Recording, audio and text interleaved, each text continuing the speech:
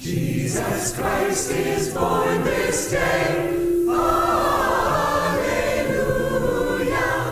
Born to drive our night away. Hallelujah. Joy on the mountains, joy in the valleys, joy to the nations, Christ has come. Jesus Christ is born this day. Hallelujah. Born to drive our night away. Hallelujah. Christ has come. Joy in the mountains, joy in the valleys, joy to the nations, Christ has come. Jesus Christ is born this day. Hallelujah. Born to drive our night away. Hallelujah. Joy on the mountains, joy in the valleys, joy to the nations, Christ has come. Joy on the mountains, joy in the valleys, joy to the nations, Christ has come.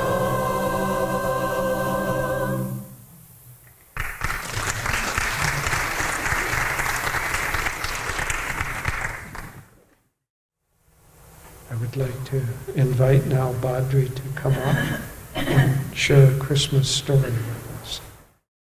Good morning, everyone, and very happy Christmas to you all. You know, it used to be sometimes that the children would all gather up front here, and that was fun, but now I can see that all of us are gathered as children before God. And as he said, suffer little children to come unto me, for of such is the kingdom of heaven, or the kingdom of God. And I want to share with you a little bit about that kingdom of heaven and of Jesus today. Of course, the Christmas story goes back 2,000 years ago to the land of Israel. And we tell and we remember the story of Christmas again and again and again, because as my daughter Tulsi reminded me yesterday, it was one of the very most special moments in the history of the world. And the Christmas story goes back certainly before the birth of Jesus. But I want to go back just a little ways and share with you about his mother and father, of course, Mary and Joseph. And they were in Israel, in Nazareth. And Joseph was a woodworker, a carpenter, as Jesus would be. And he was, in some ways, and Mary too, just kind of ordinary people. They certainly weren't rich or very special outwardly. In fact, they were most probably quite poor. And what was special about them was that they were very noble, and they had a lot of goodness in their hearts, and they loved God deeply. And Mary was really not much older than a girl. And Mary and Joseph were soon to be married when something very unusual and special happened. Of course, an angel from heaven came to Mary. He was called Gabriel, and he told her, "Do not be afraid, for you are very special. You are chosen by God, favored, and you will become pregnant," he said, "with a child that you must call Jesus." And hearing this, Mary was afraid. Again, she wasn't much older than a child. And although she was afraid, she took that goodness and that courage in her heart, and she accepted this. And Joseph also was afraid. This was very hard for him, especially in those old days. To have a baby before they got married would be a very bad thing. And perhaps Joseph, the man, would not even marry the woman. But because of that goodness in his heart, Joseph knew that he would, in fact, marry her. And as well, an angel came to visit Joseph and similarly told him, "The baby in Mary's womb will be called Jesus, and he will be the Messiah." And so together they faced with courage this baby Jesus who would come. And around this time, the ruler of the Romans in Israel at that time, he made an order. And he said that all the people had to return, the Jewish people had to return to their homelands to be counted up, because the Romans liked order and counting. And so together Joseph and Mary returned to Bethlehem. that very special little town. Again, it was very ordinary, and they traveled a long ways. Of course, they couldn't take a Tesla or a plane to get there. They had to walk all the way, almost 100 miles to Bethlehem. And Mary could ride on the donkey. Well, when they arrived, as you know, on that cold winter night, there was nowhere for them to stay. And so where did they end up but in a stable with the farm animals? It's probably a bit dirty and smelly, but it was somewhere to sleep for the night. And we know that is where baby Jesus was born. Now, the Jewish people had prophesied. They had told for a long time that the Messiah would come. And they knew he would be so great, perhaps he would be born in a palace, like a king, or perhaps the very heavens would open up and he would come down from heaven. But surely no one thought he could be born in a stable with animals. And yet, there he was, the baby Jesus, born among the animals, among the shepherds that night who came. For in the fields, angels came down from heaven, and they sang songs of glory to God, and peace, and goodwill to all men, for the Christ child had been born. So as the shepherds came that night, as the animals and the mother and the father gathered there, they could feel that this was one of the most special moments in the history of the world. The Christ was born. And later, as you know, the kings came. And they were not just kings, but great masters. For they too had perceived the Christ would be born and followed the great star in the sky that told them of his coming. And they came to share their gifts of love, of their material gifts, and their blessings on the birth of the Christ. And so we, like those gathered there in Bethlehem thousands of years ago, remember each year and celebrate the birth of the Christ child. And we bring our gifts of devotion, of goodness, of kindness, of courage, and we celebrate with music and good cheer and our family and our friends and all the loving gifts we've been given. And above all, we celebrate this true spirit of Christmas, which is the birth of the Christ within us and that goodness and light throughout this world. Happy Christmas. Thank you, Badri. Beautiful. So I'll read from the Rays of the One Light. This is the last reading for this year. It's called The Divine Ascension. Truth is one and eternal. Realize oneness with it in your deathless self within. The following commentary is based on the teachings of Paramahansa Yogananda. In the Gospel of St. John, chapter 14, we read, I am the way, the truth, and the life. No man cometh unto the Father but by me. What is this I, when spoken by a master who has conquered every vestige of ego consciousness? Therein lies the mystery of true scriptural teachings. That I, that is no I. Does it even exist? In what way is it different from the consciousness that animates other human beings? Jesus was not saying, look at me, don't look at other masters. He was saying rather, look at the divine self that is the essence of who you are, your very self. You are that I. No man cometh unto the divine consciousness except by first recognizing his own intrinsic divinity hidden behind his delusive ego.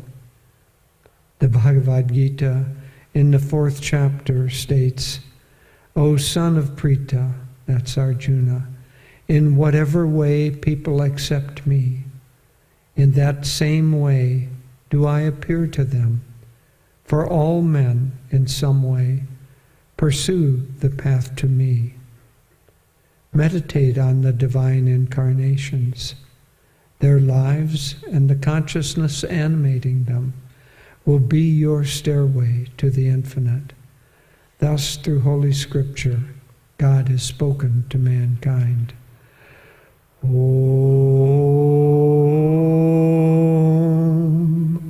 Om, Om.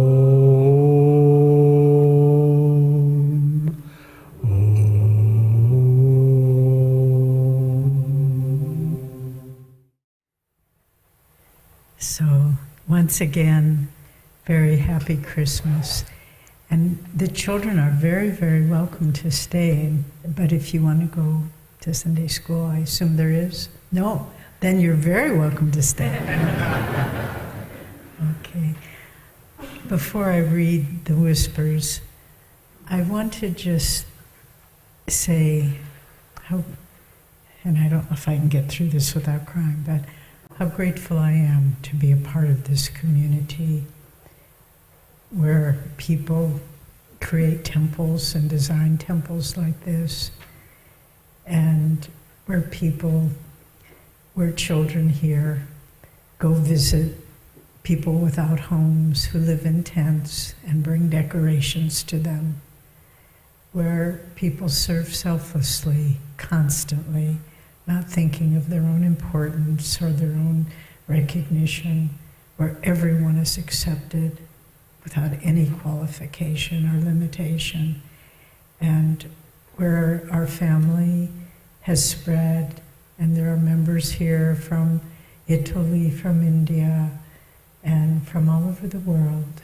And I want to also say how grateful I am to have seen this community grow from nothing, from a pig farm is what this property was, and now those early pioneers who came, and we didn't know what this place was going to be. Swami knew, Master knew, but we just plodded along, and and now new people have come, new waves of people who understand the importance of what this work is and are willing to do whatever they're asked to do just to keep it going. And we are just, I feel like, the theme today is, who is this I?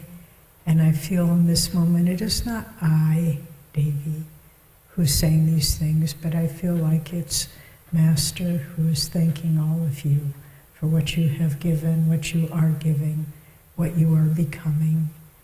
Beautiful gardens, beautiful homes, beautiful community, beautiful schools and children and families. Think of the world today and think of what exists here. And this is the light of the world, one of, not the only, but it is a light in this world. And so I think the Masters are very grateful for what exists and what you all have built. So I got through it. This is actually, this reading that Jyotish read from Rays of the One Light is one of the most profound and important of the year. And I want to read this selection from Whispers from Eternity to begin.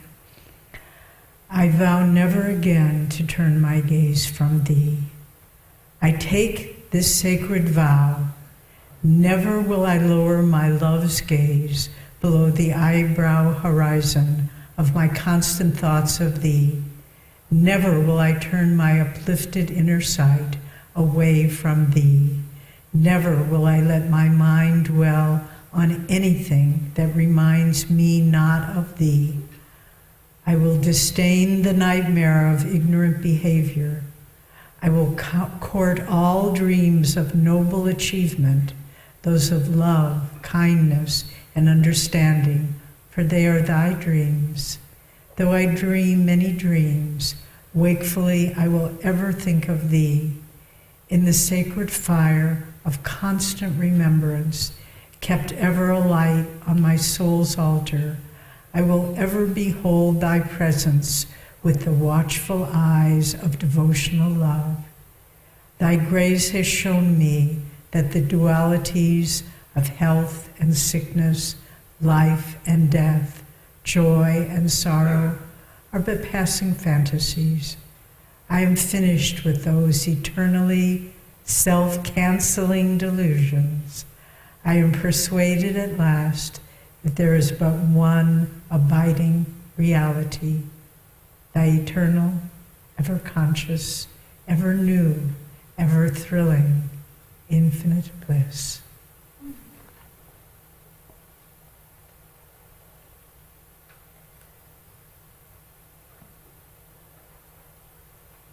So in the reading from the Bible, the passage from the Bible, Christ says, I am the way, the truth, and the life. And Swami asked the question, who is this I? And Christ, in many passages in the Bible, he says, I am the light of the world. He says, I am the true vine. He says, I am the good shepherd. He says, I am the way, the truth, and the light. And he also said, before Abraham was, I am. So who is this I? If we can understand that, we can understand the mystery of who we are. Because this I, as we read, is the only reality. Everything else shifts. But this I that was before Abraham, that is the light of the world, this I is the only reality. It is the only constant in this world, as Swami, as Master says, of self-canceling delusions. This I that is a part of all of life, this I that smiles in the beautiful tulip, that radiates in a beautiful growing plant, this I that shines from the beautiful eyes of children who have humility and wisdom.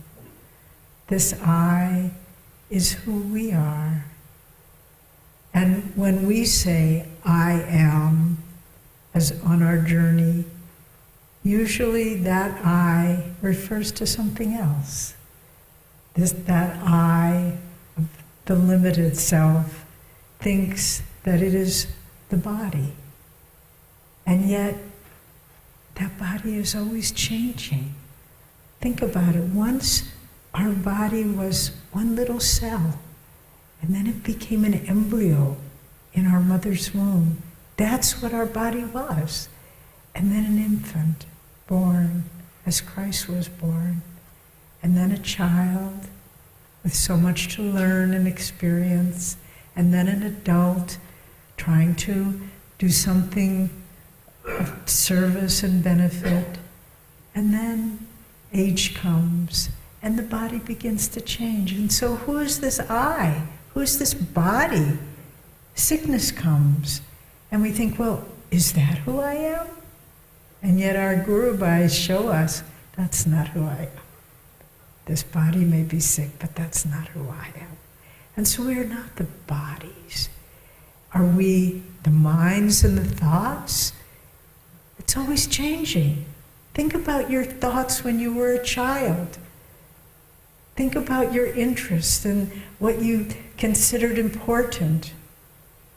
Very few of us are the same thoughts or mental patterns than we had as children. It's always changing. And even from year to year, our thoughts change and our mental patterns change. So it's always in flux. And then as old age comes, people often lose mental clarity. There was a wonderful disciple of Master, Kamala Silva, who wrote A Flawless Mirror, one of Master's closest disciples. She had Alzheimer's at the end of her life, lived here, and we took care of her as well as we could for a time. And someone asked Swamiji, how could this happen to such a devoted follower of Master? And he said, oh, it's just the mind. Her soul is unaffected. So we're not the body, this I. We're not the mind, this I. We're not the personality, because that changes too. My personality now isn't the same as when I was a little girl, although I'm afraid it's more the same than I would like it to be.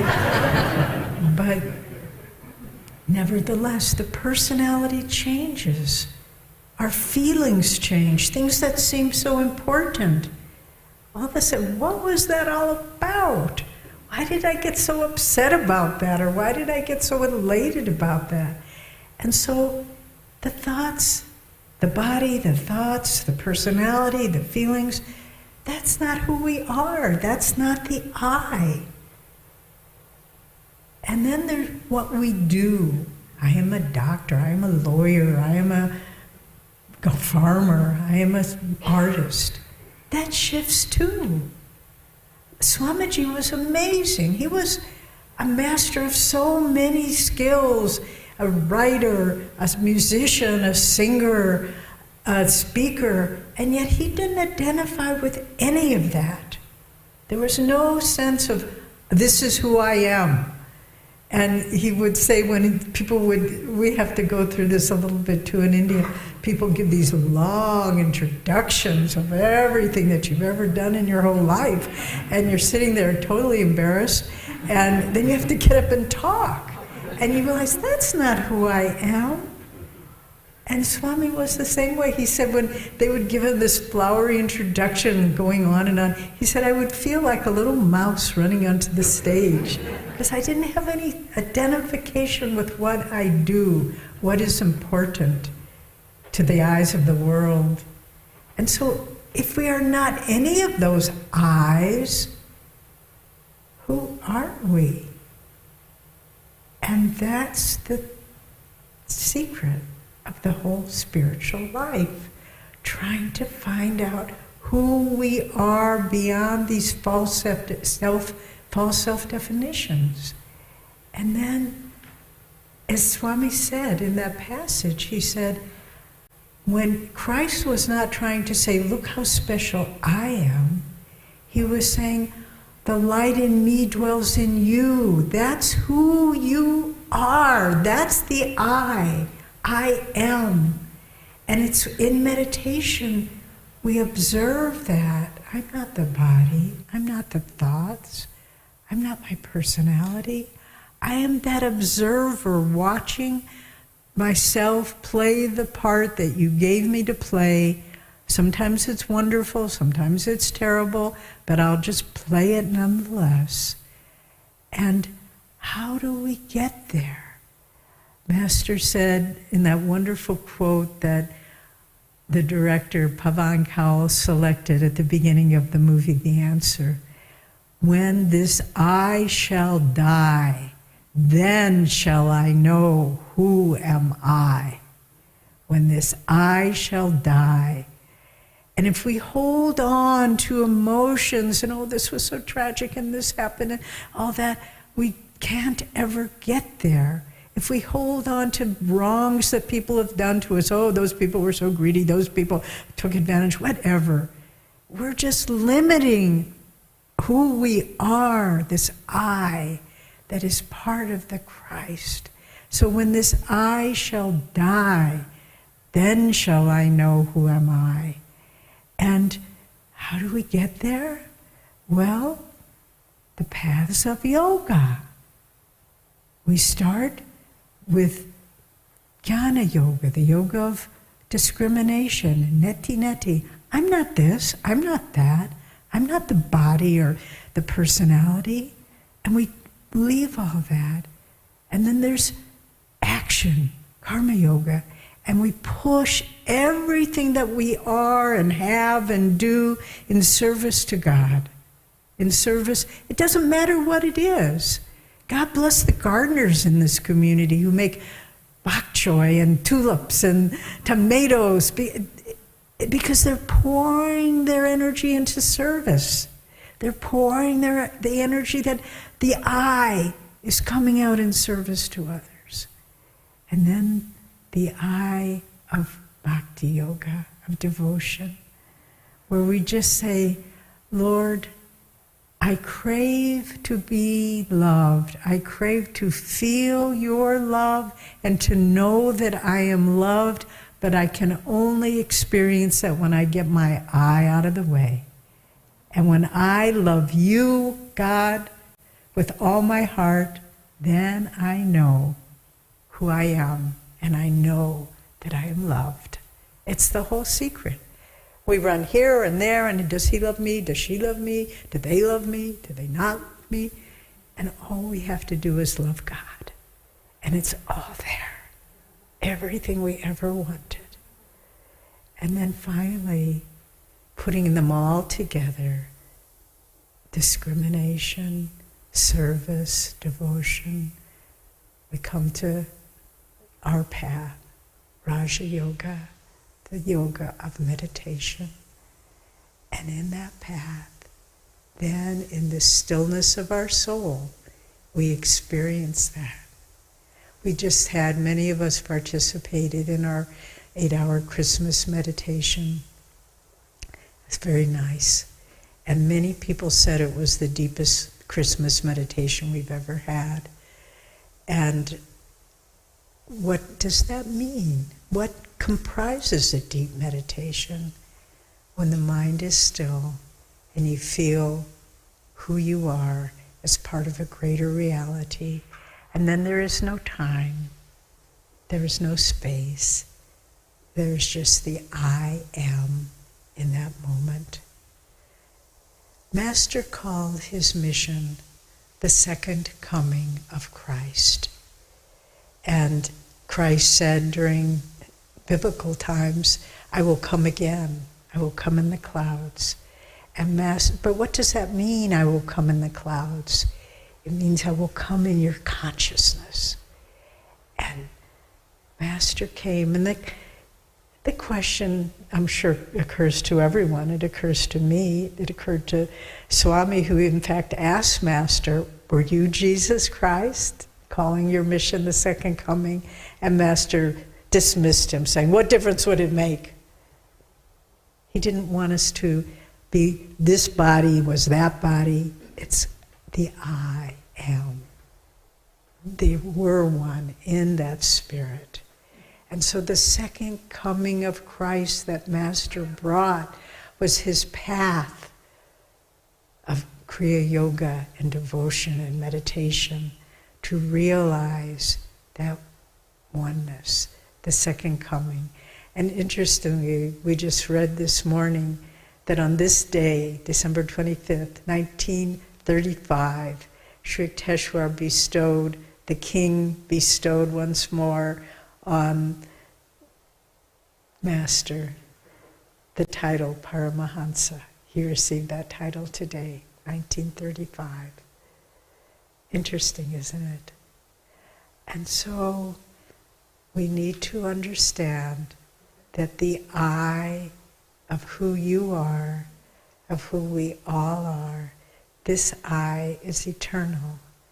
And it's filled with kindness, and it's filled with compassion for those less fortunate. And everything else will pass. Everything else is a dream. Master, in that beautiful poem, When I Am Only a Dream, he said, I come to tell you all of him and the way to encase him in your bosom and the discipline that brings his grace. That's what he came. That was the second coming of Christ that he brought, the Christ consciousness.